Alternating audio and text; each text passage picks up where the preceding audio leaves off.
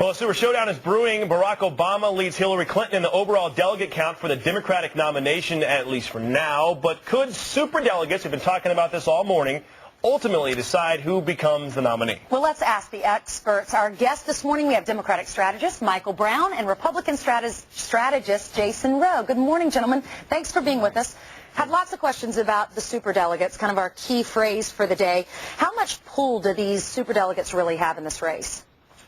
Well, they have, I think, a significant pull. I mean, you're talking about 25% of the delegates that are going to make the decision here, and they're not necessarily bound to what's happening in their states or districts. So I think they have a significant influence over who will be the ultimate nominee. Michael, has this backfired on the Democrats in some respects? You know, they tried to put these in the superdelegates into place in the early 80s with the idea of not electing, in their words, another McGovern, and yet, in some respects, it might do just that. Well, I guess retrospect is always 20/20. I don't know if I'd use the term backfire, but I think before we even get to the superdelegate discussion, there are 3 big states that haven't been counted yet and haven't had elections yet. Obviously, Texas, Ohio, and Pennsylvania, and Florida and Michigan haven't been counted yet. So I think a lot of people are still talking about that Hillary Clinton may win this pretty handily, that we may not even get to the superdelegate issue, or certainly not until the end.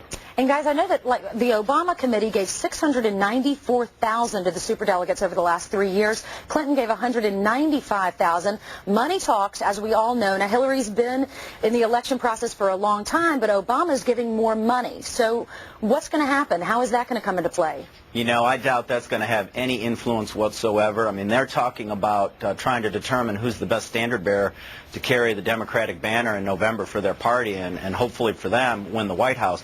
I don't think what any one of those candidates may have done in the past for them in terms of their election campaigns will have much impact on what they decide to do moving towards the future.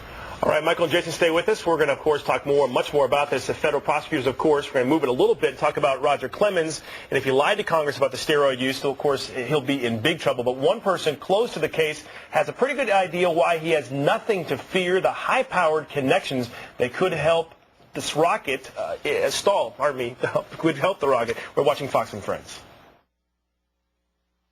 The race is on. Good morning. If you're just waking up, here are some today's top headlines. 2 snowmobilers died after getting swept away by an avalanche near Anchorage, Alaska. State troopers say they were buried in snow for about 45 minutes before rescuers could get a chance to reach them. Several other snowmobilers did survive. A possible death sentence for the ex-cop convicted of killing his lover and their unborn baby. A jury convicted Bobby Cutts Jr. of aggravated murder in the death of the fetus and the murder in the death of Jessie Marie Davis. And the flu season getting worse. The CDC says it's because the vaccine doesn't guard against most of this year's flu bugs. Apparently, it's good in only about 40% of the cases. Adam, Ainsley, hope you guys only have the other percentage of the cases. I didn't get the shot. Did you get the shot this year? I never get the shot. I never get the shot. And I get yelled at all the time for never getting the shot. I don't get sick, knock on wood. You don't? Knock on That's good. You have a good immune system? Knock on wood. So, yeah, I'm looking for that. Of course, we'll talk more about the flu later. All right. That's a great topic. To another topic, of course, this one a little more serious. Could Roger Clemens be pardoned if federal investigators find that he lied during this week's congressional testimony? Now, a lawyer for his former trainer says that, yes, he could because of Clemens' relationship with the Bush family. So is this a real possibility? Let's welcome back our guests, strategist Michael Brown and strategist Jason Rowe. For some reason, I can't say that word this morning. Strategist, guys. Why is it hard for me? Okay, let's talk about Clemens. Do you think he should be pardoned by President Bush? And should this even be a government issue? Well, I don't even know if there's anything to pardon him for yet. It seems that folks seem to be jumping out there a little early. And I don't know if that list will then include people like Barry Bonds. I mean, is there going to be a whole litany of people that are going to want to be pardoned if they've even done anything wrong yet? That's part of this whole problem with this whole process is proof. And how are folks going to get proved guilty of anything? Yes. Jason, the problem, too, is, and Ainsley touched on it, a lot of people believe, why the heck is Congress even wasting the time on this, first of all? Second of all, they're 10 years late. I mean, people, it's become more on the national forefront the last couple of years where most Americans have heard about it, whether you like baseball or not. But anybody around baseball will tell you this has been going on 10, 15 years, and now Congress jumps in late in the game again.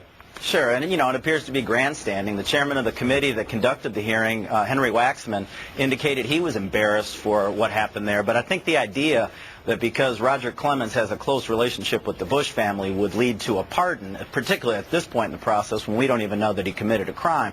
Look at Scooter Libby, who was the vice president's chief of staff, very close to the White House and the president.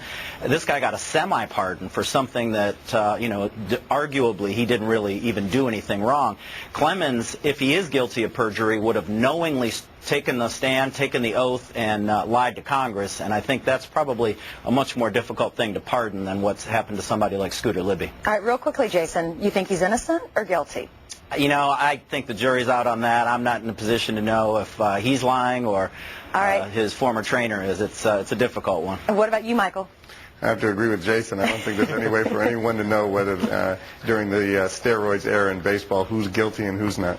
It's worth noting Clemens asked for this hearing, so he asked to go up there and commit. Yeah, that's what my husband says. My husband thinks he's innocent because he said that very reason. He said, why would he take the stand if he's guilty? Well, who knows? Michael Brown, Jason, thank you very much, Thank you, Jason guys. Rowe, for joining us. Strategists from Washington, D.C. Got it right. And you got it right. All right. Well,